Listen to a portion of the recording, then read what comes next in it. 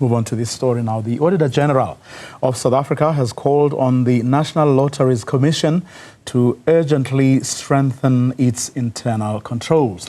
For the 2023-2024 financial year, the Commission received a qualified audit opinion, with the Auditor-General flagging issues such as poor financial oversight, non-compliance, and nearly 1 billion rands in unspent grant funding. During a briefing to Parliament's Standing Committee on Public Accounts on Tuesday, officials of the Auditor-General's office raised several concerns. Chief among them, the significant underspending of funds allocated for grants. To respond to these findings and the steps being taken to address them, we're joined now by Tina Maharaj, Chief Financial Officer at the National Lotteries Commission. A very good afternoon to you, CFO. Thank you very much for your time. Really appreciate it. I mean, the issue of grants, it was the way it works. I mean, these operators of the lottery are essentially being given a license to print money, but in return for not only, of course, winnings for people, but for all these important community projects to be undertaken and completed.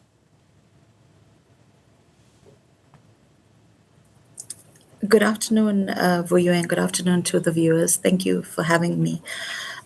Yes, Vuyo, I think I fully agree with you. You know, the purpose and the mandate of the National Lotteries Commission is to ensure that these grants are distributed to our needy NPOs and NPCs, and it is a key priority area for us within the NLC.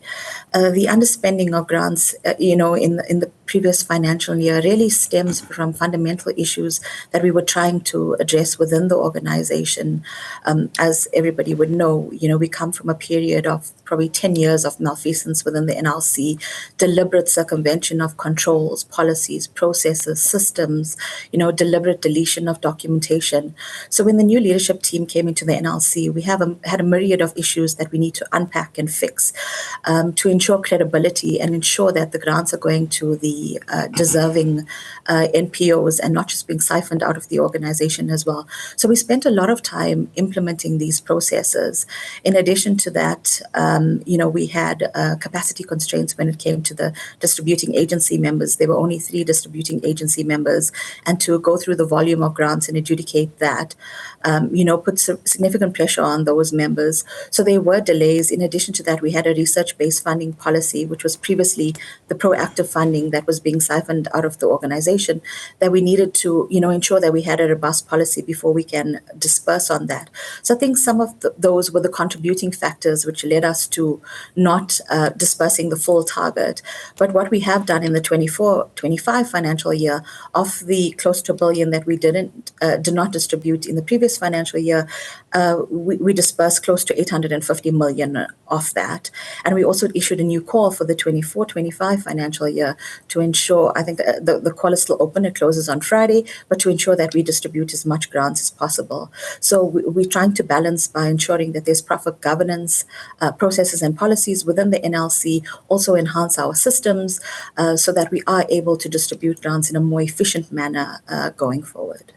So it's not that you were so scared or that you feared doing what you supposed to do in terms of your mandate. It's just that given the era from which you are coming, with all the problems that the Commission experienced, you first you have the serious capacity constraints you are talking about, and at the same time you have to put in place robust policies and procedures in order to avoid going back to where you were not too long ago. Is that correct? 100% correct for you. Let's talk then about controls, internal controls outside now of underspending when it comes to grant funds. So many weaknesses were identified by the Office of the Auditor-General, but also lack of oversight. Explain those as well. So a lot of the control deficiencies that did arise during the course of the audit was because of the policies that were circumvented in the past, and changed. So in certain areas like supply chain management, for example, policies were not updated to comply with the latest Treasury regulations or the PFMA and the necessary legislation. And that policy was only updated once the new leadership team came in. And by the time you update and get those policies approved, you're already 6 months into the financial year, and the 6 months of operations have continued, so there are control deficiencies that will be identified. So a lot of it stems from non-compliance to legislation, policies that were not aligned with best practice. And that's what gave rise to the internal control deficiencies that the AGSA has picked up. But we have subsequently reviewed all of those policies. We make sure our policies are fully compliant. We had over 100 policies in the organization. We've tried to merge them and consolidate. Some fell away. I think we just have over 80 policies now that have been reviewed. We've looked at all our standard operating procedures, and we've updated all of them to align with best practice to try and improve efficiencies and eliminate some of these internal control deficiencies. I think what I can say is that based on our internal audit reports over the last financial year, we can see that there's been significant improvement in addressing the control deficiencies identified in the 2023 and 24 audit. So we're hoping that the 24-25 audit that the AGSA has started and are busy with currently will show a far different picture and show the significant improvement that we have implemented within the organization. Would you say that you've now turned the corner and the worst is over? Well, I think we're on the corner and we're heading in the right direction. I think we really, we have left the SIU to do what they need to do in terms of the historic issues and holding people to account. And we're just focusing on driving the business and returning and restoring the NLC to its mandate. We're currently in the process of implementing a new grant management system, which will create a number of efficiencies and eliminate all of the manual controls and processes that existed in the organization. And we're hoping once that system is fully implemented, we would have turned the full corner. But we're definitely on the correct trajectory. I think we're far more confident in our systems and processes currently, and we can be comfortable that our grants are going to the most deserving NPCs and NPOs and are contributing to the mandate and making a difference in this country. How would you describe the mood within the organization and the attitudes of the of your team? And I'm asking this because only a couple of days ago you had the Public Servants Association saying or talking about the issue we first discussed, the fact that non-profit organizations that depend on the National Lotteries Commission are not being serviced, certainly not fully. But the other issue they raised was that staff was disgruntled because they felt they were not being well looked after. I think it's a bit of a mix, Vuyo. Change is not easy. And it takes a lot of time. And, a lot of the colleagues working within the organization were deeply hurt by what transpired in the past. And that takes time to fix and to move forward.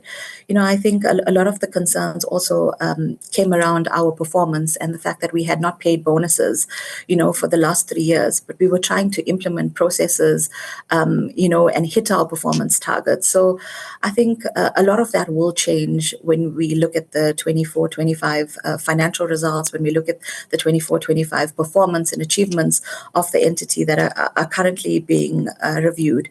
But what I can say, is that the people that are within the NLC currently are people who are committed to delivering on the mandate of the NLC, and they want to be part of the future of the new NLC going forward. So it is a little bit difficult because you are dealing with legacy issues that take a while to work itself out of the system. We're only 2 years into the process, so it does take some time for change management to kick in.